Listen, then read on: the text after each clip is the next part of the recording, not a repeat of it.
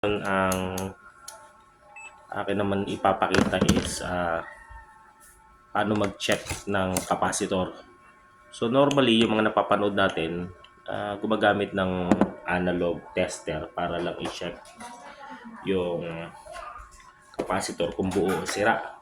Pero using analog tester, hindi naman natin masasabi kung anong value ng capacitor. So, alright. So, base sa mga tututunan natin, pinapatapat sa times 10 or times 1K. So, pinapatapat nila sa times 1K. And then, ang only checking na ginagawa nila is kung papalo siya. Di ba? So, magsimula tayo dito sa motor na, sa capacitor ng ventilador. So, base dito, kung titingnan mo yung reading niya, gagalaw. Kailangan gumalaw siya pa ganun and then babalik and then baliktaran. So masasabi natin buo, di ba? Base sa galaw niya. So sa dryer naman ng spinner, ito ay 5 ang value niya, yung pinaka normal value niya. So ganun din, tataas babalik. And then tataas babalik. So kung nakikita nyo, di ba?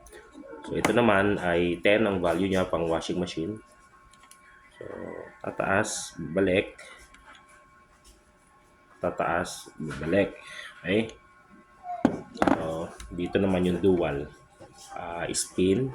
So, always, kung nakaharap sa inyo, yung square na ganito, yung nakaharap sa inyo, laging yung nakaharap sa inyo ay sa spinner yan. Yung mababa ang value. And then yung nasa likod ay sa washing. So, dito tayo sa washing. Papalo siya, babalik. And then sabi ko ngayon nasa harap sa spinner, papalo, babalik. So kung babalik na rin mo, ganun din. Papalo, babalik. So yan, ganun lang po kasimple gumamit nito analog tester para ma-check kung buo o sira ang ating mga capacitor. Pero hindi ako masaya sa ganung pamamaraan. Kasi, oo nga, madidetect natin na goods. Paano kung lower na yung value niya compare sa kinakailangan ng ating mga motor? Kahit na sabing ventilador, washing machine, or dryer ng ating gene-check, parang hindi masarap sa feelings na ganun lang. So ako, nakita ko kasi na meron namang mga tester na exclusively decide para kumuha siya ng capacitance value. So tingnan nyo kaibahan. So ngayon, isa-setting ko to sa 20 UF. Isang chinecheck ko lang naman sa ventilador, sa dryer, sa washing machine, and then sa dryer at sa washing. So magsimula tayo dito sa ventilador. Ito ang una nating check. So dito tayo.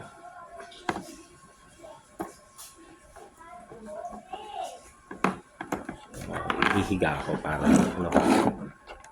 madali natin i-test. Dito tayo.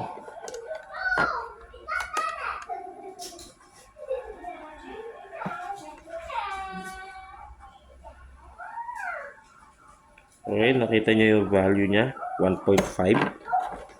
Okay, baka malayo, malabo. Okay. So, ulitin natin.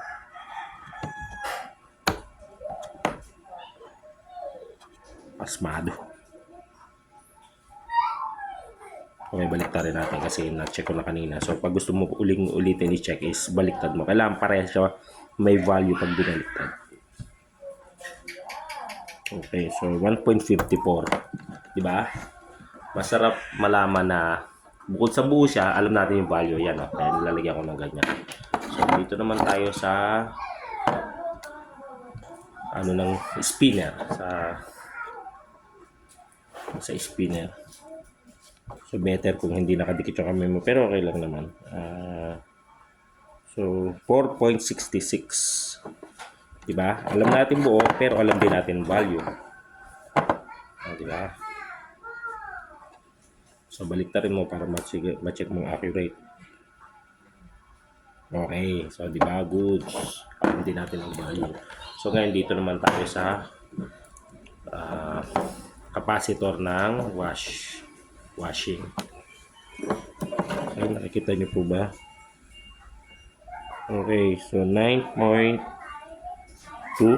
So 9.2, di ba? Baliktad rin naman natin.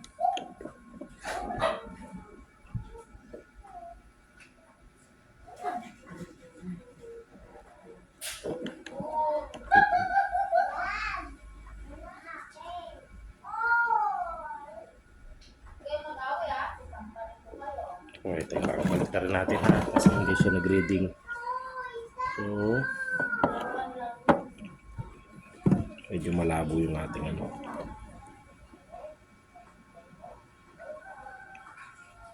Okay, so 9.3. So, alam natin yung value. Kaya masarap yung may ganito kang tester. Hindi yung puro digital and analog lang na malalaman lang naman kung buo. Pero dito mas maganda alam mo yung exact value. So, di ba? So, dapat, tapos ito, kung saan yung tatak, kung ano nasa harap, spinner. Nasa likod, sa wash. Ito. Okay, 2.8. So, balik rin naman natin.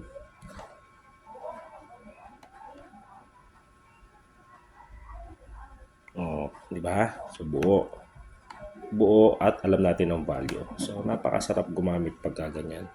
So, kung technician ka, make sure na kung kaya mo bilhin yung mga kinakailangan natin is i-provide mo para hindi ka mahirapan. So, 9.1.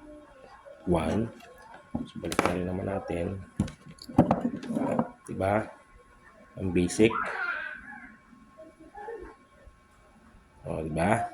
So, ngayon, yun ang kahalagahan na meron kang ganitong device exclusively for capacitance.